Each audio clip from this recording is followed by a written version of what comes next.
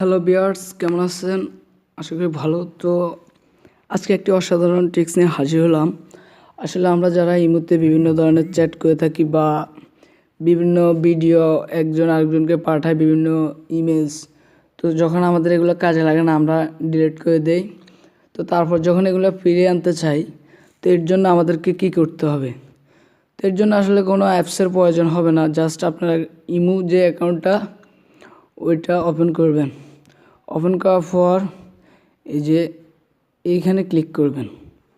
Click করার পর যদি আপনার এরকম অপশনগুলো না আসে, তাহলে আপনাকে প্লে স্টোর থেকে অবশ্যই ইমোটা আপডেট করে নিতে হবে। তো তারপরে যে এখানে দেখবেন ডাউনলোড ফটো ভিডিওস, এখানে ক্লিক করবেন। তো এখানে ক্লিক করার পর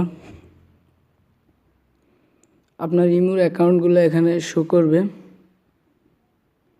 এই যে শো করার পর এখন আপনি মনে করেন না, আচ্ছা আমি একটা অ্যাকাউন্ট দেখাচ্ছি।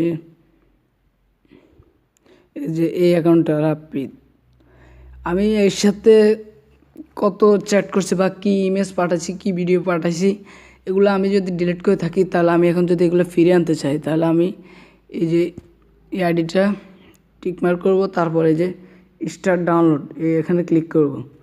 তো এখানে ক্লিক করার পরে যে ডাউনলোডিং দেখছেন, ডাউনলোড হচ্ছে। এই যে টোটাল 13টা।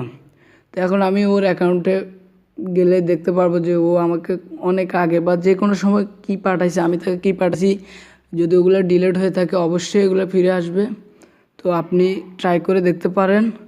আর ভিডিওটা ভালো লাগলে একটা লাইক দেবেন। কোনো সমস্যা থাকলে যে কোনো সমস্যার উত্তর আমি দিতে রাজি, আপনি কমেন্টে জানাবেন। আর চ্যানেলটা সাবস্ক্রাইব করবেন নেক্সট ভিডিও পাওয়ার জন্য। ওকে, থ্যাংক ইউ।